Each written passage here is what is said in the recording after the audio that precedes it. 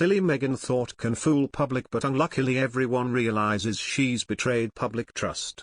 Meghan Markle had previously claimed she had played no role in the drafting of the book.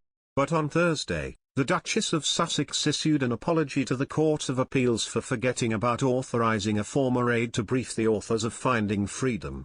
Jeremy Vine caller Michael questioned the Duchess's U-turn, claiming she had betrayed the public's trust with her conduct.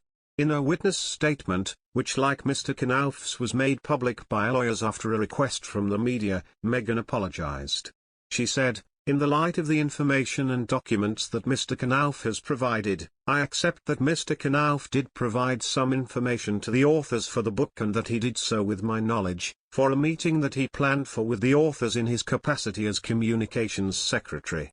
She insisted that when she approved a statement saying she had not cooperated with the authors, "I did not have the benefit of seeing these emails and I apologized to the court for the fact that I had not remembered these exchanges at the time.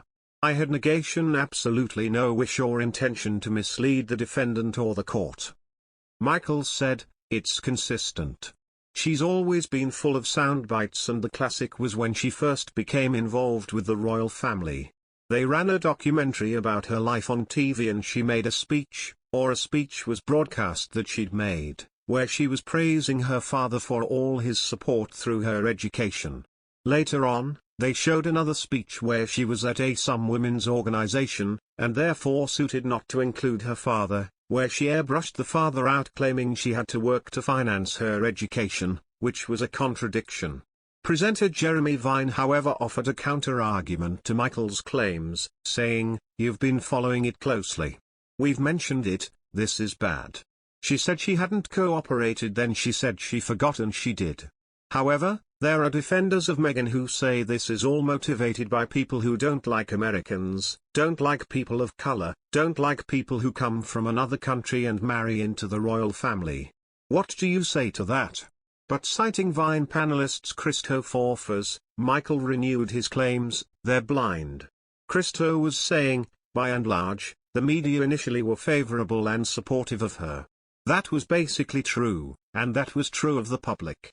And she betrayed the public's trust in her.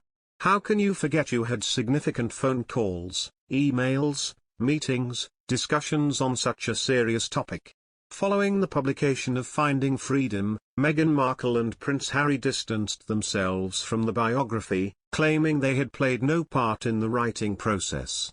However, the Sussexes' former communications secretary Jason Knauf contradicted the claim in a bombshell statement to the Court of Appeals. Mr. Knauf, who is now working as chief executive of Prince William and Kate, the Duchess of Cambridge's charitable foundation, said the authors of the books had been briefed at Harry and Meghan's request. He also claimed he had had several conversations with both Omid Scobie and Caroline Durand during the drafting process. Mr. Knauf said, "While the authors discussed it with me as part of normal contact with the Kensington Palace press office, the Duke and Duchess later authorized specific cooperation in writing in December 2018. The former aide detailed conversations he claimed to have had with both the Duke and Duchess of Sussex about providing the authors with information as the couple tried to avoid having direct contact with them." In a witness statement, which like Mr. Knauf's was made public by lawyers after a request from the media, Meghan apologized. She said, "In the light of the information and documents that Mr. Knauf has provided, I accept that Mr. Knauf did provide some information to the authors for the book and that he did so with my knowledge, for a meeting that he planned for with the authors in his capacity as communications secretary.